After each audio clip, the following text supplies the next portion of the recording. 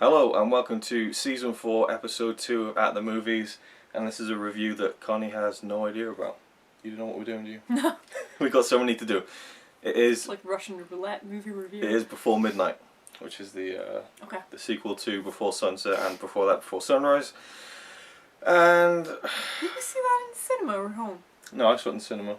And then you saw it on... See, I don't even remember that. And then you saw that on the totally legal download that we, Netflix. Yeah, Netflix. It's not on Netflix. It's okay. We're good. We're good. We're gonna buy it anyways. Yeah. So Anyway. we're supporting everything. I won't go into the whole backstory. I mean, I think it's actually become more people know about these films now. Now that Before Midnight's come out, because I thought it was pretty obscure, but a lot of people I've seen kind of talking about it and stuff. Well, not really, but more than I was expecting. So the movie. Yeah, we pick back up with Jesse and Celine, who we've seen through Before Sunrise, Before Sunset. 9 years after Before Sunset. There's a 9-year gap between each three of the movies, and they're now together. And this is the first time we've actually seen this. Whoa! Spoiler. I'm kidding. It's the first time we've seen them as a couple, and of course they got these two twins, these two girls, and they're on holiday in Greece for the summer. So he can write. Jesse's still writing and stuff like that. He's come out with 2 books, working on a 3rd. And it's like a writer's retreat, and he's staying with some other writer friends, that kind of thing. And of course they're together all the time with the kids. And the people at the writer's retreat are like, we've got your hotel room for the night, just you and Celine, so you can have a night together.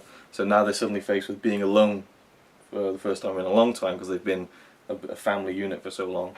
And we get the classic kind of, them walking around just talking, and how their relationship has changed. I loved it. It was hard to watch the first time. I enjoyed it more the second, because I kind of come to terms with it more. It was hard to see them arguing. You know what I mean? Because the first film is such... It hurt a little bit. Yeah, actually. The first film's such a romantic fantasy. It's so perfect and everything. The second one's a bit more adult, a bit more realistic, but still has with that... some arguing as well, so it seems more realistic. Yeah. Whereas the third one is really down to reality. And it's the truth of a relationship. When you go out with someone for that long, that's the kind of well, not always to that extreme. No, but they it makes argue it more a lot. realistic. Yeah. Again, so. So the series of films have really evolved, I think, really nicely, and I think the acting was great between both of them. The writing was brilliant. They have a very great chemistry together.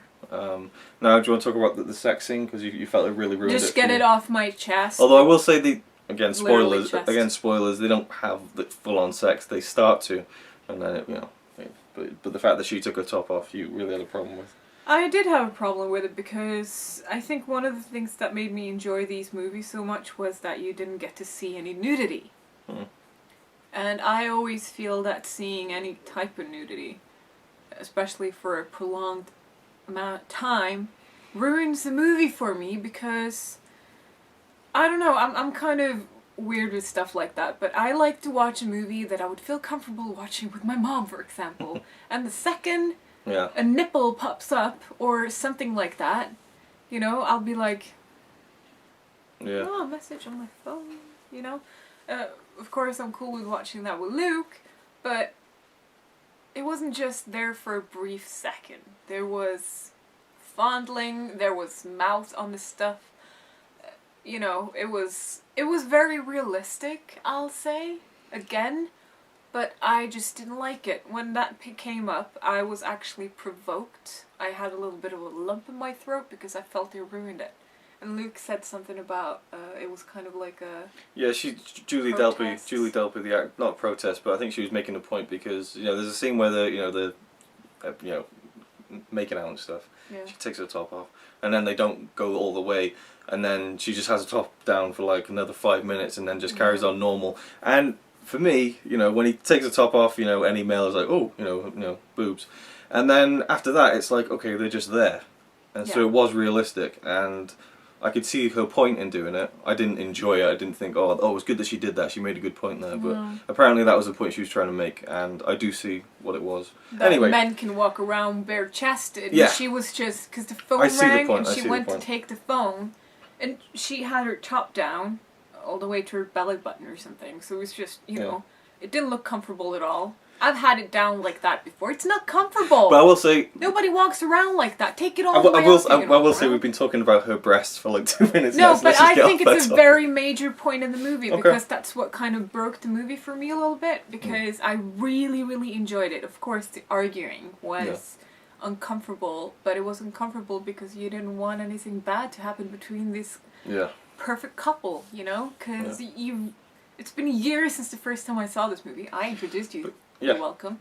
And it just paints they're like picture perfect, and then this big thing comes in, but then you're like, oh, well, if they can't work it out, how can anyone?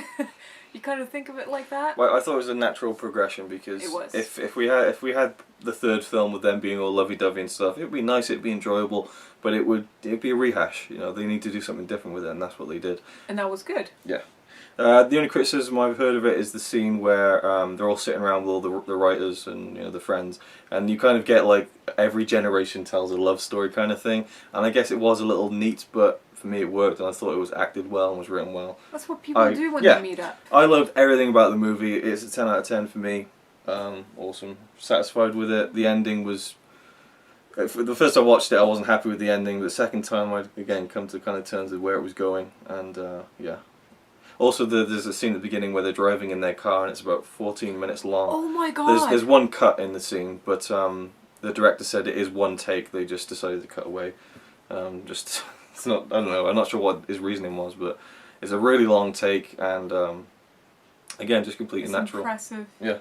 I am really impressed with these actors because all the lines they have to memorize. I feel like some of it is improvising. Yeah, can I just say, a lot of people say, oh, that's so impressive that you improvised it, and they get kind of annoyed at that because they spend so much time on the script and it's really, like, precise. Is it? Yeah. Wow, that's even more impressive. But I don't know, maybe their chemistry helps it a little bit. Yeah. Like, well, I think they had great chemistry to start off with in the first movie, and now that they've known each other for like 20 years, it only enhances that. I have to say one thing though, during the sexy time, he was shaking quite a lot.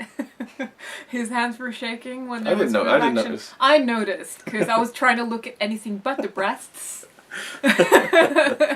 So I was looking at him a lot, and his hands were shaking. And if you've been married or been together for so long, your hands wouldn't be shaking when you're not doing stuff. So I don't know. I was charmed by that a little bit because, I don't know, as natural as they are together, obviously that's not as natural as it should be between them. And so I was kind of like, okay, that brings it up a little bit for me because I like that. I don't know. I like that I noticed that. I don't know. It was a fun thing. Okay. I really loved the whole movie. I want to watch it again. I was so provoked by the boobs. And that, well, the scene would have been fine. Yeah. But since they weren't having sex anyways, I don't see the point. And so, that brings it down at least 1 point. Really? I could have given it a 10. Okay. Because I love all of these movies. I think they're all 10s for me because they're so different from any other movie I have ever seen. It's original. Yeah. But that ruined it for me. But it's just a point. A 9 is still a good, it's still a good score. It's right, if something bothers you, it bothers you, isn't it? It really bothered me, and the more I think about it now, the more provoked I get again. I don't know. But we really are focusing on this point now. I am focusing on that point because when such a great movie is like, it's just overall great, and then it crashed it, and it lasted for so long. It's like, fucking hell, just put the fucking top on. That was really British, wasn't it? But anyways, yeah, so it's a 9 from you. Yeah. And a 10 from me. Maybe when I watch it again. Yeah. Maybe I won't care as much, but I still think it was too much. Even he didn't like it. He's a guy. Alright, that's it then. Thank you for watching, and I'll see you with the next one.